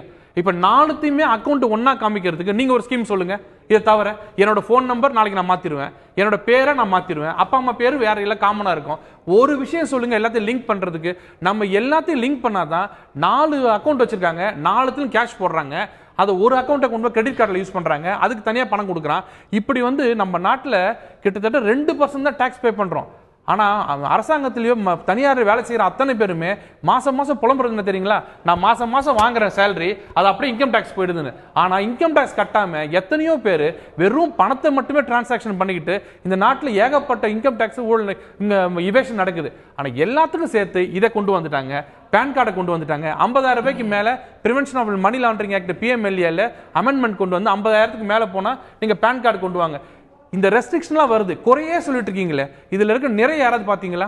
ஏன் இப்ப நம்ம என்னோட அக்கவுண்ட்ல இங்க குறை அப்படின்றத விட குழப்பங்கள் இருக்கு. இல்ல நீங்க சொல்ற குழப்பங்கள் எல்லாம் சரியாகும். சுப்ரீம் கோர்ட் கான்ஸ்டிடியூஷனல் பெஞ்ச் வந்து இதில் பிரைவசி கிடையாது ஒன்னும் ஆகாதுன்னு சொல்லணும், ஹேக்கிங் பண்றதுக்கு என்னென்ன தண்டனை எல்லாமே உங்களுக்கு கிளியர் ஆயிடும். ஆனா ஒரு விஷயம் இந்த பக்கம் பாருங்களேன், இந்த பக்கம் பாத்துட்டீங்க, குறைகளே பாத்துட்டோம், இல்லீகாலிட்டியே பாத்துட்டோம், இந்த பக்கம் பாருங்களேன். என்னோட அக்கவுண்ட்ல 4 அக்கவுண்ட் சைபர் செக்யூரிட்டில முன்னணி நாடாக இருக்கக்கூடியது அமெரிக்கா, ரைட்? ஓகே. ஆனா அவர்களே அவங்க நாட்டுல ஒரு பர்டிகுலர் பர்சன் ஜூலியன் அசாஞ்சேட் இருந்து அவங்களுடைய டீடைலை பாதுகாக்க முடியல, அரசாங்கத்துடைய ஆவணங்களே திருட முடியுதுன்றப்போ இந்த சர்வர்ல நம்ம நாட்டுல வந்துங்க 130 கோடி, இந்த நாட்டை வந்து எந்த நாட்டோட கம்பேர் பண்ண முடியாது. 130 கோடி மக்கள், ஆனா அறியாமையில் இருக்காங்க. அத்தனை பேர் டாக்ஸ் கட்டுறது இல்ல. அமெரிக்கா கொண்டு வந்து சேர்த்தீங்கன்னா அமெரிக்கால எல்லாம் டாக்ஸ் கட்டுறான், இங்க அப்படி கட்டுறது இல்ல. நம்ம எப்படி அந்த நெட்டுக்குள்ள கொண்டு வரணும்னா நீங்க கட்டி ஆகணும்னு சொல்ல முடியாது. உனக்கு ஒரு கார்டு, நீ ஒண்ணும் இல்ல 2 லட்சம் ரூபாய்க்கு மேல போனா நீங்க அதுக்கு நீங்க பணத்துக்கு நீங்க போடுற அக்கௌண்ட் காமிங்க போடுற பணத்துக்குன்னு. இன்னைக்கு நமக்கு தெரியும் எத்தனையோ வியாபாரிகள் லட்சக்கணக்கான கோடிக்கணக்கான பணத்தை வந்து பிளாக் பண்ணி ரொட்டேட் பண்ணிட்டு அதுக்கு டாக்ஸே கட்டாம இருக்கிறதுக்கு எல்லாருக்கும் தெரியும். ஒரு அக்கௌண்ட் 2 அக்கௌண்ட் 2 லிங்க் ஆகும், எல்லாம் ரைட். ஒரு சின்ன உதாரணங்க, கிட்டத்தட்ட 3 ஸ்டேட்ல 4.5 லட்சம் குழந்தைகளை எக்ஸ்ட்ராவா வந்து நம்ம மிட் டே மீல் சாப்பிட்றாங்கன்னு சொல்றோம். நீங்க உடனே இந்த காங்கிரஸ்காரங்க சொல்றாங்க அழுகிற குழந்தைக்கு பால் கொடுக்கறதுக்கு ஒரு ஆதார், இந்த சென்டிமெண்ட்லாம் வேண்டாம். அவங்க சொல்றது என்னன்னா 4.5 லட்சம் வந்து 3 ஸ்டேட்ல. இதுல என்ன கொடுமைன்னா இந்த 4.5 லட்சம் பேருக்கு சேர்த்து 3950 டீச்சர்ஸ் ரெக்ரூட் பண்ணிருக்காங்க. ஏன்னா 4.5 லட்சம் பசங்க இருக்காங்கன்னு. அந்த டீச்சர்ஸோட சேலரி இதையெல்லாம் பார்த்தா ஒரு சின்ன விஷயத்துல எத்தனை கோடி ஊழல் நடந்துட்டு இருக்கு. இதுல ஆதார் அட்டையை இணைச்சிங்கன்னா இது குறையும் அப்படிங்கறத முதல்ல அங்கிருந்து ஆரம்பிங்க. ஓகே திரு செல்வ பெருந்தகை, நாங்க கொண்டு வந்தது கரெக்டா இருந்தது, இன்னைக்கு செயல்படுத்துவதில் இருக்கக்கூடிய சிக்கல்கள் தான் இவர்களுக்கு இவ்வளவு விதமான சிக்கல்களை ஏற்படுத்தி இருக்குது அப்படின்னீங்க. நீங்க கொண்டு வந்ததில் எந்த அளவில் இதில் மாற்றம் இருக்கிறது? அதாவது அன்றைக்கு வெறும் ஓப்பனிங் ஸ்டேஜில் இருந்தது, இன்னைக்கு வந்து 18 வயதுக்கு மேற்பட்டவர்களில் 90% மேற்பட்டவர்கள் ஆதார் கார்டு வச்சிருக்காங்க. ஒரு வகையில் ஏற்றுக்கொண்டார்களா ஏற்றுக்கொள்ளவில்லையா அப்படின்றதையும் தாண்டி பெரும்பாலான இடங்களில் ஆதார் தேவை அப்படின்னு தனியார் நிறுவனங்களும் கேட்க ஆரம்பிச்சிருக்கு, அரசு சார்ந்த துறை அலுவலகங்களும் கேட்க ஆரம்பிச்சிருக்கு. அப்போ அது வெற்றின்னு தானே அர்த்தம்? இல்லை, இது வெற்றி தோல்விக்குள்ளே போகாதீங்க. எப்படி நடைமுறைப்படுத்துகிறாங்கன்னு தான் நம்ம பார்க்கணும். இப்போ ஆதார் அட்டை வந்து எல்லாருக்கும் தேவை. இப்போ நான் கூட ஆதார் அட்டை வாங்கி வச்சுருக்கேன், எங்கள் வீட்டிலலாம் ஆதார் அட்டை வாங்கி வச்சுருக்காங்க. அதை இந்த அரசு எப்படி நடைமுறைப்படுத்திட்டு இருக்காங்கன்னு பார்க்கணும். இப்போ பிஜேபியோட அரசு ஏழை எளிய மக்களுக்கான அரசா, வசதியானவங்களுக்கா, கார்பரேட்டுக்கான அரசான்றதை 2 பார்க்கணும். ஒன்று. இரண்டாவது அதே குற்றச்சாட்டை ஒரே சொல்கிறேன், நான் சொல்கிறேங்க, கிராமப்புறங்களுக்கான அரசா நகரங்களுக்கான அரசான்னு பார்க்கணும். நம்ம பிரித்து தான் பார்க்கணும். பொத்தாம் பொதுவாக இது எல்லோருக்குமான அரசுன்னு சொல்ல முடியாது. இப்போ தவை பேசும்போதெல்லாம் நான் கூர்ந்து கவனிச்சிட்டு இருந்தேன், எல்லாம் வெளிநாடுகளை பற்றி பேசிகிட்டு இருக்கீங்க நீங்கள். நம்ம உள்நாட்டு கட்டமைப்பு எப்படி இருக்குன்றதை நம்ம திரும்பி பார்க்கணும், அதை மறுபரிசீலனை பண்ணணும். உள்நாட்டு கட்டமைப்பை பொறுத்த வரைக்கும் டிமானிசேஷன் கொண்டு வரும்போது கிராமப்புற மக்கள் எவ்வளோ அவதிப்பட்டாங்கன்னு தெரியும். எந்த கிராமப்புறத்தில் வந்து இன்றைக்கி குறிப்பாக வந்து மைனாரிட்டி வசிக்கிற பகுதியில், ஷெட்யூல் காஸ்ட்டு, ஷெட்யூல் ட்ரைப் மக்கள் வசிக்கிற பகுதியில் வந்து ஏடிஎம் இருக்குது, எந்த இடத்துல வங்கி இருக்குது, அந்த அளவுக்கு இன்ஃப்ராஸ்ட்ரக்சர் வந்து இந்தியாவில் தண்ணீரை அடைஞ்சிருக்கான்றதை பார்க்கணும். இப்போ இந்த ஆதார் அட்டை ஏன் சக்ஸஸ் ஆகாதுன்னு சொல்கிறோன்னா, நாங்கள் கொண்டது வந்தது ஒரு யூனிக் கார்டு. அரசு திட்டங்கள் கிராமங்களுக்கோ ஏழை எளிய மக்களுக்கோ போகும்போது எங்கேயும் சேதாரம் இல்லாமல் சிந்தாமல் அந்த மக்களுக்கு போய் வந்தால் அது ராஜீவ்காந்தியோட கனவு திட்டம்.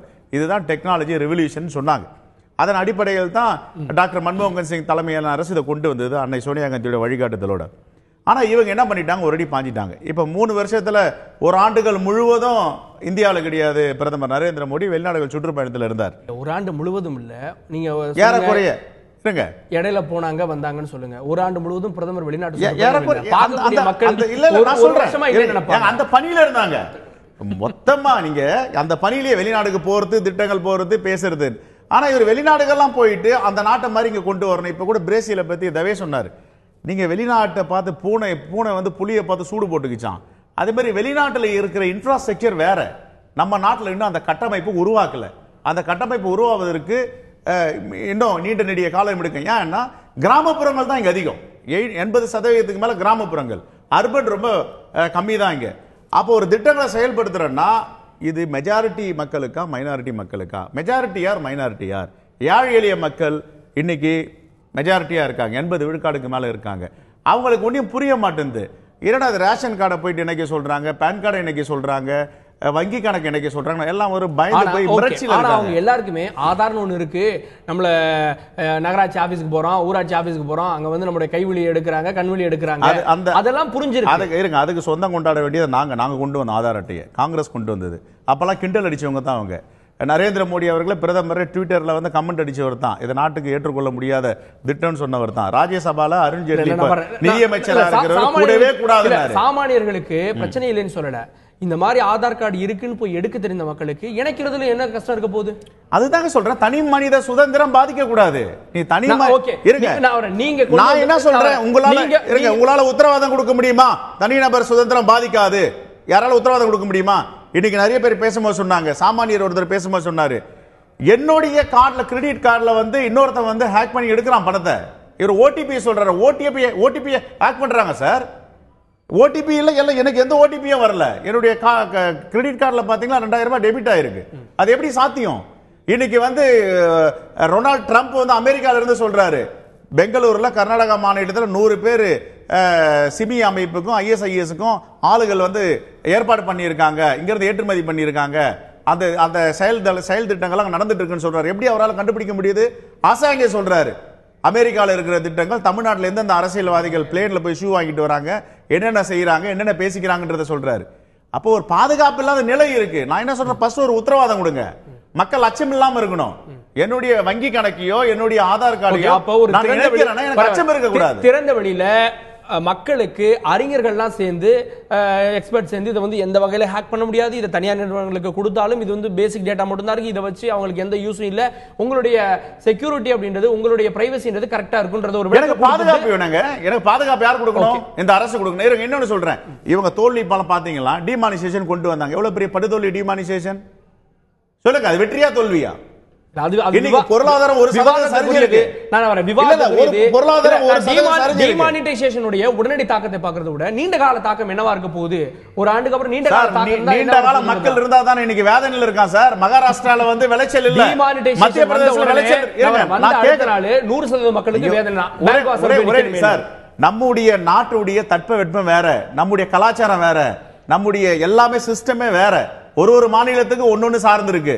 மகாராஷ்டிரால மிகப்பெரிய வறட்சி, மத்திய பிரதேசல மிகப்பெரிய மகசூல் இருந்தா அதை விற்க முடியல. டிமானிசேஷன் அஃபெக்ட் பண்ணிருக்காங்க. நீங்க நிலப்பரப்பு பன்முகத்தன்மை எது வேணா சொல்லலாம், ஆனால் வந்து இந்தியன் அப்படின்ற ஒரு உணர்வு, நம்ம வந்து நமக்குன்னு ஒரு குடியுரிமை, சோ அது சார்ந்த ஒரு விஷயம் இருக்கப்போ ஒரு ஐடென்டிட்டின்றது தேவைதான். சொல்லுங்க திரு அருண்குமார் தவே, இதுல வெளிப்படையாக எந்த ஹேக்கிங்கும் நடக்காது. பிரைவேட்டுக்கு வந்து நீங்க சொன்ன மாதிரி 13 லட்சம் டேட்டாஸ், ஆதாருடைய டேட்டாஸ் ஓப்பனா கிடக்கு, அது சம்பந்தப்பட்ட செய்திகள்லாம் வந்தது. சோ அந்த மாதிரி நடந்ததாலும் கூட உங்களுடைய அக்கௌண்ட்டை ஹேக் பண்ண முடியாது அப்படின்னு அரசு இதுக்கப்புறமா ஒரு வெளிப்படைத்தன்மையான ஒரு விஷயத்தை கொடுத்துட்டு வந்தா மக்களுக்கு இன்னொரு நம்பிக்கை வரும்னு நினைக்கிறீங்களா? அது ஒண்ணுதான் சார் செய்யணும். அதாவது இப்போ இவிஎம்க்கு பண்ணாங்கல்ல போன மாதம் 42 பார்ட்டிஸ் கொடுத்தாங்க, 2 பார்ட்டி வந்தாங்க. ஸோ இது வந்து டேட்டா செக்யூரிட்டின்றது இன்ஃபேக்ட் நான் ஃபாரின் கண்ட்ரிஸ் எல்லாம் கம்பேர் பண்ணி சொல்லும்போது நீங்கள் அப்சர்வ் பண்ணி தான் தெரியும், எல்லாத்த விட நம்ம நல்லா இருக்கோம்னு தான் சொல்லிட்டு இருக்கிறேன். பிரேசிலை விட நம்ம நல்லா பண்ணிட்டு இருக்கோம். இன்ஃபேக்ட் பிரேசில் 1980 ஆரம்பிச்சாங்க. ரஷ்யா நம்மளை பார்த்து நம்மள மாதிரி செய்யணும்னு சொல்றாங்க, வேர்ல்ட் பேங்க் நம்மள மாதிரி செய்யணும்னு சொல்றாங்க. அமெரிக்காவில் இருக்கிற கார்டுலாம் சிப் இருக்கும், அதனால அவங்களால எடுக்க முடியுது. இதில் அதெல்லாம் பயோமெட்ரிக் தான். நாம உயிரோடு இருந்தால் மட்டும்தான் எந்த விதமான ஹேக்கிங்கும் நடக்கும். என்னோட கண்ணு வேணும், என்னோட கை விரல் ரேகை வேணும். அவர் சொன்ன மாதிரி எடுக்கணும்னா சாப் ஆஃப் பண்ணி எடுத்தால் தான் முடியும். அப்படி ஹேக் பண்ணணும்னா விரல்லாம் எடுத்தால் தான் முடியும். ஏன்னா கட்ட விரல் ரேகைன்றது ஒன்று இருக்குது. ஸோ செக்யூரிட்டியை பற்றி கவலைப்பட தேவையில்லைன்றது இதில் குழப்பன்ற வேர்டையோ செக்யூரிட்டியை பற்றியோ இருக்கலாம். டேட்டா ஃபேஸ்புக்கில் நம்ம கொடுக்காத டேட்டாவா சார்? நார்மலாக மொபைல் நம்பர் எல்லா இடத்துலையும் இல்லாத இதில் எங்கே சீக்கிரசின்றது வந்தது? நான் உங்களோட பர்சனல் டீட்டெயில்ஸ் எல்லாருக்கும் தெரியுது. அது எல்லா மெத்தட்லையும் என்னோட மொபைல் நம்பர் இருக்குன்னா 15 வருஷமாக வச்சுருக்கேன் ஒரே மொபைல் நம்பர். கூகுள் சர்ச் பண்ணால் கிடைக்கும், பேரை போட்டு எடுத்தோம்னாக்க. ஸோ இன்ஃபேக்ட் நான் யாருன்னு உலகத்துக்கு தெரியக்கூடாதுன்னு சொன்னாக்கா நான் ஏதோ தப்பு பண்ணுறேன்னு அர்த்தம் சார். அது ஒரு பிசினஸ் மேன் எதுவாக இருந்தாலும். இப்போ ஒரு பிசினஸ் மேனை வச்சு சொல்றேன், பர்சனல் லைஃப் இல்லை, நான் நார்மலா சொல்ல. இப்போ நான் யாருன்னு எதுவும் நான் என்ன பண்றேனே தெரியக்கூடாது. யார் இதை பண்ணுவாங்க? யார் இதை பண்ணுவாங்க? நான் யாருன்னு தெரியக்கூடாது. என்ன பண்றேன்றத நீங்க பணத்தை வச்சுக்கோங்க. இல்ல இல்ல ப்ரொஃபஷனலா சம்பந்தப்பட்டது மட்டும் தான். அதுதான் வந்துருச்சு. இப்ப கன்வெர்ட் ஆயிடுச்சு. சம்பந்தப்பட்டது சார். இது ப்ரொஃபஷனலா வரலாம். திரு அருண்குமார் தவே யாரு, என்ன பிசினஸ் பண்றாரு, எந்த கம்பெனில வர்க் பண்றாரு, அது வரலாம். அவர் யாரு, அவர் யாரு, அவருடைய வீட்டு முகவரி என்ன, அவருடைய செல்போன் என்னன்றது அரசாங்கத்துக்கு தெரியட்டும். இன்னொரு ஒரு தனிநபருக்கு ஏன் தெரியும் கேக்குறேன். இல்லாட்ட மட்டும் தெரியாதா? எங்க தெரியாதுன்னு சொல்றீங்க? எல்லாருக்கும் தெரியும். அண்ட் எனக்கு வந்து சார் நான் ஆதார் லிங்க் பண்ணிட்டேன், பேனோட லிங்க் பண்ணியாச்சு. என்னோட ஆடிட்டிங் பக்காவா இருக்கு. எங்கெங்கெல்லாம் டிரான்ஸ்பரன்சி இருக்கும் அங்கெல்லாம் பயம் தேவையில்லை சார். இது டேட்டா வந்து ஒண்ணு டேட்டா செக்யூரிட்டி. உங்களை பத்தி பேசுறதுக்கு நம்ம கலாச்சாரம் இந்தியாவுல ஒரு கலாச்சாரத்துல வாழ்ந்துட்டு இருக்காங்க. முக்காடு போட்டு முகத்தையே காட்ட மாட்டேன்றாங்க. நம்முடைய நாட்டு பெண் முகத்தை காட்ட மாட்டேன்றாங்க. சில பேர் முக்காடு போட்டுட்டு போறாங்க. அவங்களுடைய தனிநபருடைய பர்சனல் டீடைல்ஸ் அதுக்கு இன்னொருத்தர் தெரிஞ்சுக்கணும். இல்ல இல்ல எங்க வந்தது அந்த மாதிரி அந்த அளவுக்கு இஷ்யூ பெருசாச்சா? அந்த அளவுக்கு உங்களுக்கு எக்ஸ்போஸ் ஆச்சா? அந்த அளவுக்கு இஷ்யூ வந்து அரபு நாடுகள்ல தான். இல்ல இல்ல மலைநாட்டுல போய் பாருங்க. ஒரே நிமிஷம் தவி அவர்கள், ஒரே நிமிஷம். இப்போ இந்த செக்யூரிட்டின்ற ஒரு பிரச்சனை வரும்போது நான் என்ன சொல்லுன்னு கேட்டீங்கன்னா, என்னுடைய ஃபோன் நம்பர் வந்து எல்லாருக்கும் தெரியணுன்றாரு. That is totally wrong. I have all my rights not to disclose my name, my phone number. எனக்கு அவசியம் இல்லை. இந்த ஃபோன் நம்பர் வந்து கூகுளில் போய் சர்ச் பண்ணுறதால தான் எனக்கு வந்து 24 மணி நேரமும் மார்க்கெட்டிங் கால் வந்துட்டு இருக்கு. 24 மணி நேரம் இன்சூரன்ஸ் வேணுமான்னு கேக்குறாங்க. அது டேட்டா விக்கிறாங்க. நீங்க சார் அந்த மொபைல் கம்பெனியே கொடுங்க. ஒரு நிமிஷம், இதுதான் ஹேக்கிங், இதுதான் லீக்கிங். சார் ஜியோ பத்தி பேசுறீங்க. ஏர்டெல் வோடஃபோன் கேக்கலையா? இதுதான் ஹேக்கிங், இதுதான் வோடஃபோன் கேக்கலையா? நான் என்ன கேக்குறேன், இப்போ ஒரு கொரியர் கம்பெனி வருது. ஒரு நிமிஷம் இருங்க. ஒரு கொரியர் கம்பெனி வருது. கொரியர் சர்வீஸ் உங்க கையில கொடுத்துட்டு அந்த டிஜிட்டல் பேட்ல உங்க கையெழுத்து போட சொல்றான். நான் என்னைக்குமே போட மாட்டேன். உங்களுக்கு கொரியர் கொடுத்தா ஒன்னு பேப்பர்ல கையெழுத்துவாங்க, அந்த பேட்ல யானை கையெழுத்துவாங்க. That can be cut and pasted any time. நாளைக்கு கொடுக்காத டெலிவரிக்கு கூட உங்கள்கிட்ட கொடுத்த மாதிரி உங்க கையெழுத்தை பேஸ்ட் பண்ண முடியும். எதுக்கு நீங்க வந்து ஒரு கொரியர் சர்வீஸுக்கு எதுக்கு டிஜிட்டல் நீங்க கையெழுத்து வாங்குறீங்க? Digital signature is totally different, இது எலக்ட்ரானிக் சிக்னேச்சர் இஸ் டிஃபரெண்ட். அதெல்லாம் விட்டுட்டு உங்களுக்கு பேட்ல கையெழுத்து கேட்குறாங்க கொரியர் கம்பெனி. அதனுடைய தெளிவை நம்ம வந்து மக்களுக்கு கொடுக்கல. இப்போ வந்து ஒரு சீக்ரெசி பத்தி நான் பேசினேன். செக்ஷன் 32 ஆஃப் தி ஆதார் ஆக்ட்ல என்ன சொல்லுதுன்னு கேட்டீங்கன்னா, நேஷனல் செக்யூரிட்டியை வந்து பிரீச் பண்ற மாதிரி நினைச்சா ஒரு தனிநபருடைய டீடைலை வந்து அரசாங்கம் போய் கேட்கணும்னு சொல்றாங்க. Is it not violation of fundamental right? ஒருத்தருக்கு வந்து நீங்க கொடுக்கும்போது will you not give any show cause notice? எப்படி நேரா போய் நீங்க டீடைல்ஸ் அதே ஆதார் ஆக்ட் செக்ஷன் 57 என்ன சொல்லுதுன்னா டேட்டா செக்யூரிட்டி பத்தி சொல்லுது. செக்ஷன் 7 என்ன சொல்லுதுனாக்க government can ask for personal details சொல்லுது. டீடைல்ஸ் கேக்குறது வேற, கவர்மெண்ட் ஆக்சஸ் பண்றது வேற. நான் வரேன், உங்களுடைய டீடைல் திருடணும் அப்படின்னா நீங்க எங்கேயோ ஒரு இடத்துல கையெழுத்து போட்டுருப்பீங்கனால எடுக்க முடியாதா? நீங்க சொல்ற மாதிரி. அதாவது நான் என்ன சொல்றேன்னு கேட்டீங்கன்னா, யாரோ திருடுறது வேறங்க, அரசாங்கத்துக்கிட்ட அது அவைலபிளா இருக்கிறது வேற. மெயின் திங் இதுல மெயின் விஷயம் என்னன்னு கேட்டீங்கன்னா, ஒரு அமெரிக்க அரசாங்கத்தால் ராணுவத்திற்கு ஏஜென்ட்டாக நிறுவப்பட்ட ஒருவன் அரசாங்கம் எப்படி தகவல்களை திருடுகிறது என்ற தகவலை சொன்ன ஒருவன். நீங்க எல்லாம் அசாஞ்சாவை பத்தி பேசிட்டு இருக்கீங்க. It was first disclose by Edward Snowden. Edward Snowden தான் வெளியில கொண்டு வரான், அமெரிக்க அரசாங்கம் தனது மக்களை வேவு பார்க்கிறது.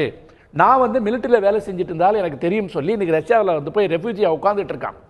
அப்போ ஒரு டெக்னாலஜில வந்து உச்சத்தில் இருக்கின்ற ஒரு நாடு வந்து தன்னால வந்து இது பண்ண முடியல. இப்ப பிரேசிலை பத்தி சொன்னாரு. ஏஞ்சலா மார்க்கெலும் பிரேசிலினுடைய அதிபரும் எல்லாரும் போய் என்ன கேட்டாங்க அமெரிக்க அதிபர்கிட்ட?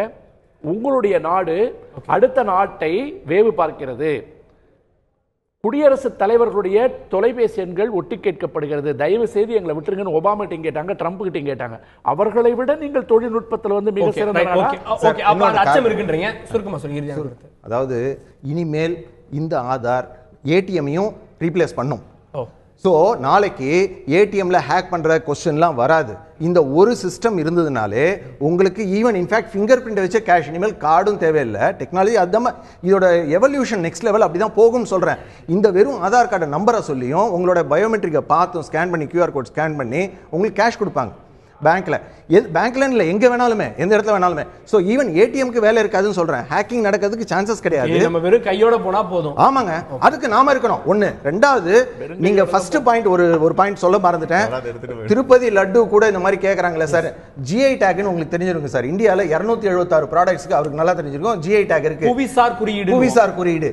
திருப்பதி லட்டுங்கிறது டைரக்டா திருப்பதி வெங்கடேஸ்வர பாலாஜியோட பிரசாதம் கிடையாது. ஏன்னா வெங்கடேஸ்வர பெருமாளுக்கு பிரசாதம் பார்த்தீங்கன்னா தயிர் சாதம், புளிய சாதம்.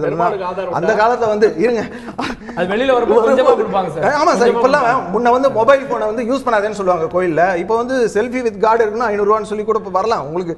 சோ மொபைல்ல வேற எவல்யூஷன் தான் அது. அந்த காலத்துல பூந்தி தான் இருந்தது, பூந்தியோட எவல்யூஷன் தான் லட்டு. GI டேக் இருக்கிறதுனால அந்த மாதிரி ஒரு ப்ராடக்ட்டை எதெல்லாம் பிளாக்ல போதோ, ஆதாரோட பிரிவென்ஷன் என்ன சார்? லட்டுக்கு பிரைவசி தேவை. லட்டுக்கு பிரைவசி இல்ல. நீங்க சொன்னா லட்டுக்கு இனிமேல் ஆதார் கார்டு வேணும்னு சொன்னதுக்கு ரீசன் என்ன சொன்னாக்க, அதுல நிறைய பிளாக்ல நிறைய விக்கிறாங்கன்னு நமக்கு தெரியும். என்ன தெரியும். சோ GI டேக் இருக்கிற அத்தனை ப்ராடக்ட்மே பண்ணலாம். சேலம் சில்க், இந்த மதுரை மல்லி, இந்த மாதிரிலாம் இருக்கு. எதெல்லாம் GI டேக் இருக்கோ அதுக்கெல்லாம் ஆதார் கொண்டு வந்தாக்க இன்னொரு இடத்துல அதை மேனுஃபேக்சர் பண்ண மாட்டாங்க, அந்த தொழில் பாதிக்காது. புரிஞ்சுக்க முடியுது. திரு குமர், உங்களுடைய இறுதியான கருத்துக்கள். அதாவது ஒரு நண்பர் செல்வம் சொல்லும்போது ஒரு விஷயம் சொன்னார், எனக்கு இன்னும் புரியல, நீங்க என்ன விளக்குங்க. அவங்க கொண்டாடும் போது டைரக்ட் பெனிஃபிட் டிரான்ஸ்ஃபருக்கு நேராக போய் பேங்க்ல போய் அது ஆதார் யூஸ் பண்ணிக்கலாமா? அப்போ டேட்டா ஒன்றாகாதான், வெளியில போகாது.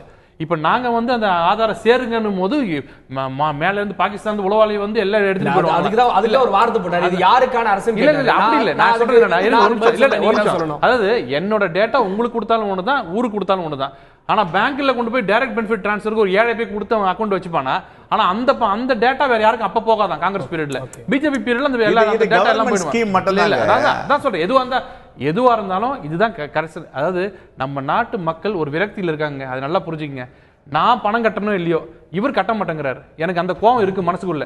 நான் சம்பாதிக்க கட்டுறேன், ஆனா இவர் இவ்வளவு சம்பாதிக்கிற கட்ட மாட்டேங்கிறார் அப்படின்ற விரக்தியில இருக்கிற எனக்கு இந்த ஆதார் அட்டையினால தவறு பண்றவங்க அத்தனை பேரும் நெட்டுக்குள்ள வரும்போது ஒரு சாமானிய மனிதன், ஒரு இந்தியன் சந்தோஷப்படுவான்.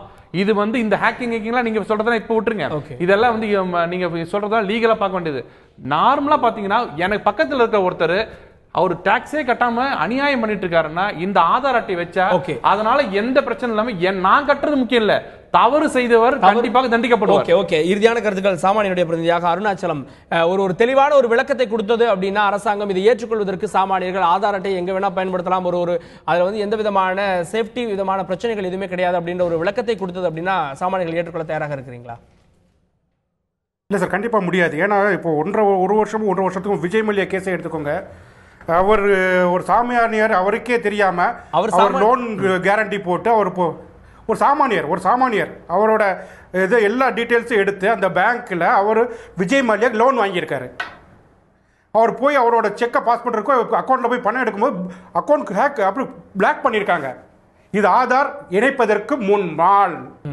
இப்போ ஆதார் இணைச்சதுக்கு அப்புறமும் எப்படி நாங்கள் நம்புறது? நாளைக்கு நான் என்னோட பேங்க்ல உள்ள போய் யாரோ ஒருத்தர் என்னோட கேரண்டியாக போவோம், அவங்க அரெஸ்ட் பண்ணலாம். சார் வேற ஒன்றும் இல்லை சார், யூஎஸில் ஃபெடரல் பேங்க்னு நீங்கள் கேள்விப்பட்டிருப்பீங்க. அது ஒரு ஊழலே நடந்துச்சு. எல்லா டீட்டெயிலும் சொல்லிட்டு உங்களுக்கு இவ்வளோ 1000 ரூபா, உங்களுக்கு இத்தனை டாலர் உங்களுக்கு கொடுக்குறோம், நீங்கள் இவ்வளோ டாலர் கட்டுனா இவ்வளோ கிடைக்கும். ஏன்னா டீட்டெயில் எல்லாம் கொடுக்குறான், அவனோட national identity number, phone number, age எல்லாம் கொடுக்கும்போது நம்ம மக்கள் அதை கேட்டு நடக்குது. இதுக்கு இடையில எனக்கு வாட்ஸ்அப்பில் ஒரு செய்தி வந்துச்சு, சார் உங்களோட அக்கௌண்ட் ஹேக் ஆகிருக்கு, இந்த நம்பர் நீங்கள் புது நம்பர் ஆக்டிவேட் பண்ணுறீங்களா, இவ்வளோ கெட்டுனா ஆக்டிவேட் பண்ணலாம். சார் இதுக்கெல்லாம் தெளிவு இல்லாம எங்களுக்கு வேண்டாம் எதுவுமே. பொதுத்தளத்தில் இருக்கக்கூடிய சைபர் கிரைம் ஓரியன்ட் இருக்கக்கூடிய விஷயங்கள் இது எல்லாத்துக்குமே ஆதார் தான் காரணம். ஆதார் டீட்டெயில் அங்க கொடுத்தனால தான் அவன் எனக்கு ஃபோன் பண்றான், இங்க கொடுத்தனால தான் அப்படின்ற ஒரு தேவையில்லாத ஒரு பெரிய அச்சம் இருக்கும் சாமானியர்கள்ட்ட. ஆமா சார், எங்களுக்கு எதுவுமே இல்லை. நாளைக்கு என்னோட அக்கௌண்ட் ஹேக் ஆகுதுன்னா எனக்கு தெரியும். ஓகே, அப்ப உங்களுடைய முழு சந்தேகமும் ஆதார் நான் கொடுத்தனால தான் அப்படின்ற ஒரு ஆஸ்பெக்ட்ல இருக்கு.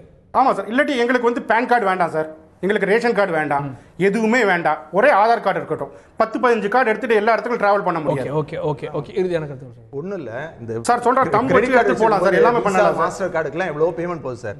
இந்த ஆதாரோட இப்போ பீம் ஆப்னு வந்திருக்கு இல்லையா, அந்த பீம் ஆப் இந்தியன்லேயே நம்ம ஊர்லேயே டெவலப் ஆனது. ஸோ நாளைக்கு எந்த டிரான்சாக்ஷன் உங்களுக்கு த்ரூ ஆதார் பண்ணாலும் எந்த விதமான பேமெண்ட்டும் முன்ன சொல்லியிருந்தாங்களா, அங்கே யூஎஸ்க்கு போகுது, கிரெடிட் கார்டு அங்கே போகுது, விசாவுக்கு போகுது, மாஸ்டர் கார்டுக்கு போகுது, அதெல்லாமே ஆகாது உங்களுக்கு. ஸோ கம்ப்ளீட்டாகவே ஒரே இடத்துல இருக்கும்போது ஒரே கார்டுன்னு சொல்லும்போது அவர் சொன்ன மாதிரி எல்லாமே டிரைவிங் லைசன்ஸ், ஓட்டர் ஐடி, எல்லாமே பேன், மூணுமே லிங்க் பண்ணுது. திட்டங்கள் வந்து சரியான திட்டம், ஆதார் அட்டையை வந்து குறை சொல்ல முடியாது. ஆனா நடைமுறைப்படுத்துவது தான் தவறு. எப்படி டிமானிசேஷன்ல குளறுபடி பண்ணி இன்னைக்கு 1,25,000 கோடி நம்ம எழுந்திருக்கோமோ, அதை இம்ப்ளிமெண்ட் பண்றதுக்கு 1,28,000 கோடி இவங்க செலவு பண்ணிருக்காங்க. எந்த வகையில் இழந்திருக்கும்? இம்ப்ளிமெண்டேஷன் புது நோட் அடிச்சது, வங்கிகளுக்கு இது பண்ணது.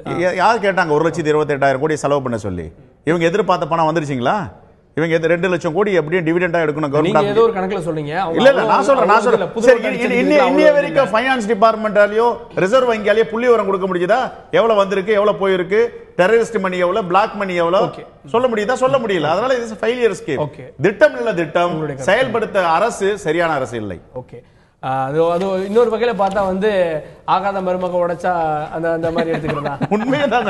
ஓகே, ஆதார் விஷயத்தை பொறுத்தவரையிலே ஏற்கனவே இந்த கேஒய்சி நாம்ஸ் படி ஏற்கனவே ஆதார் எண்களை பலர் இணைக்க தொடங்கியிருக்கிறார்கள்.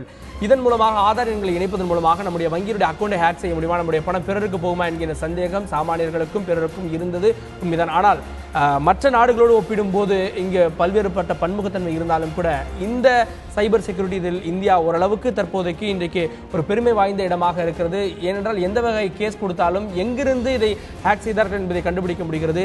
அடுத்த ஒரு பெரிய வளர்ச்சி கட்டத்தை நாம் நோக்கி போகும்போது நம்முடைய அரசியல்வாதிகள், நம்மை சுற்றி இருக்கக்கூடியவர்கள், தொழிலதிபர்கள், பிரபலங்கள் எல்லாம் நேர்மையானவர்களாக இருக்க வேண்டும் என்று நினைக்கின்ற போது இதிலே ஆதார் மூலமாக அரசும் ஒரு நேர்மையை மக்களிடம் எதிர்பார்க்கிறது. வரி கட்ட வேண்டும், உங்களுடைய பணம் வெளிப்படையாக டிரான்சாக்ஷன் ஆக வேண்டும் என்கிற விஷயத்தை எதிர்பார்க்கிறது. அதனுடைய முதல் படியாக கூட நான் பார்க்கலாம். இதில் இருக்கக்கூடிய சிக்கல்கள் களையப்பட வேண்டும், களையப்படுமா என்பதை பொறுத்திருந்து பார்க்கலாம். அரங்கத்திலிருந்து உங்களுடைய கருத்துக்களை பதிவு செய்த 4 சிறப்பு விருந்தினர்களுக்கும் சரி, மதுரையிலிருந்து இணைந்த சாமானியருக்கும் நன்றி, பார்த்த உங்களுக்கும் நன்றி நேயர்களே. தொடர்ந்து இணைந்தீர்கள் தந்தி தொலைக்காட்சியுடன்.